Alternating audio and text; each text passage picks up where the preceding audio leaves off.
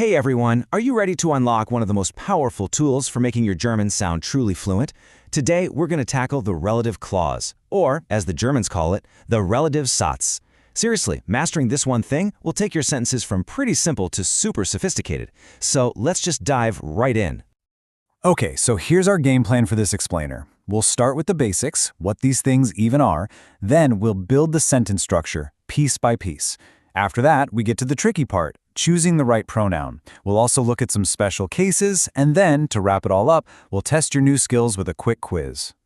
First things first, what exactly is a relative clause? And why is it such a game changer for making your German go from sounding kinda choppy to incredibly smooth? Let's find out. Just look at the difference here. On the left, you could say, Ich habe ein Auto. Es ist alt. I have a car. It is old. See? Two short, kind of clunky sentences. Or you could combine them into one smooth, elegant thought. Ich habe ein Auto, das alt ist. That's the magic of a relative clause. It just connects your ideas and makes your language flow so much better. So, at its core, a relative Satz is basically a descriptive add-on.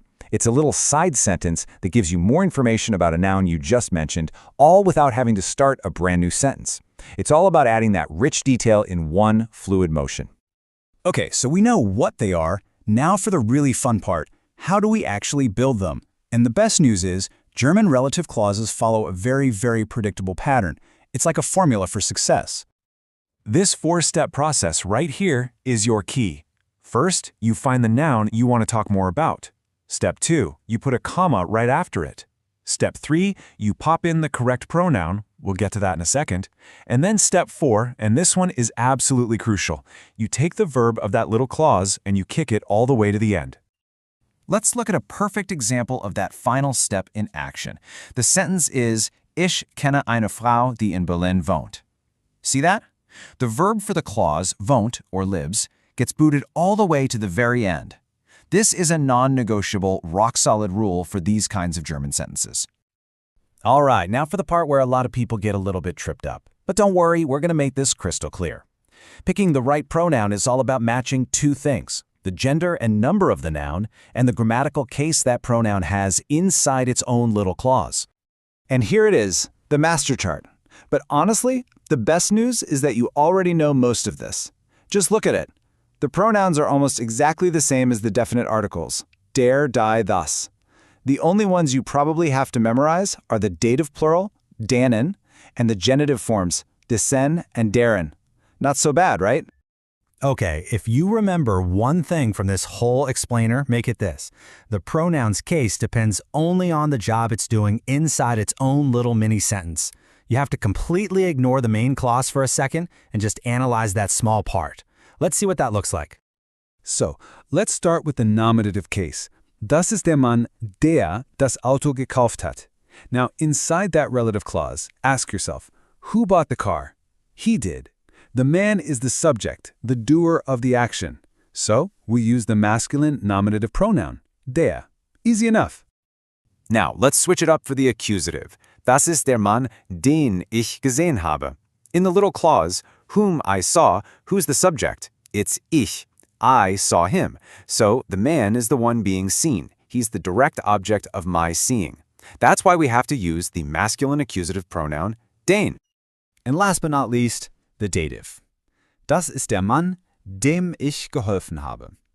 The verb helfen, to help, is a classic dative verb. It's one of those verbs that just always takes a dative object. Since the man is the one receiving the help, he's the dative object. So we need the masculine dative pronoun, dem. Fantastic work!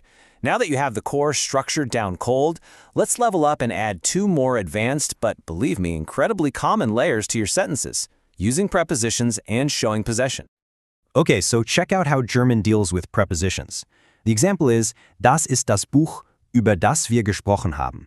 In English, we'd say, the book we talked about, and just leave about hanging at the end. You absolutely cannot do that in German. The preposition, in this case über, has to come right before the relative pronoun it's connected to. So what about showing possession, like the word whose? Well, German uses the genitive case for that. For example, der Mann, dessen Auto kaputt ist, wohnt nebenan. The man whose car is broken. It's pretty straightforward.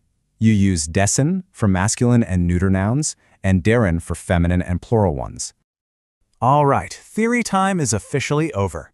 You've seen the rules, you've seen the examples. Now it's time to actually put it all into practice. Let's see what you've learned. Ready for a little quiz? Okay, here's your first challenge. Look at these two sentences on the screen. Der Film war lustig and wir haben den Film gestern gesehen. How would you combine those into one smooth sentence? The biggest clue is thinking about what role den Film plays in that second sentence. Take a second. And the answer is, der Film, den wir gestern gesehen haben, war lustig. If you got den, you absolutely nailed it. Why den? Because in the clause, that we saw, the film is the direct object. It's in the accusative case. Awesome job if you got that. Okay, round 2. Here are the sentences. Ich kenne den Lehrer and du hast ihn gestern gesehen. How do we connect these two to say, I know the teacher whom you saw yesterday? Think about it. And the answer is, Ich kenne den Lehrer, den du gestern gesehen hast. Perfect. It's den again because ihn or him is the masculine accusative object of the verb gesehen hast. You can just hear how much more sophisticated that sounds than two separate little sentences, right? So as you can see, these relative clauses are basically your ticket to real fluency.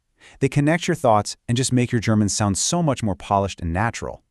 So here's your final challenge. Look around you right now.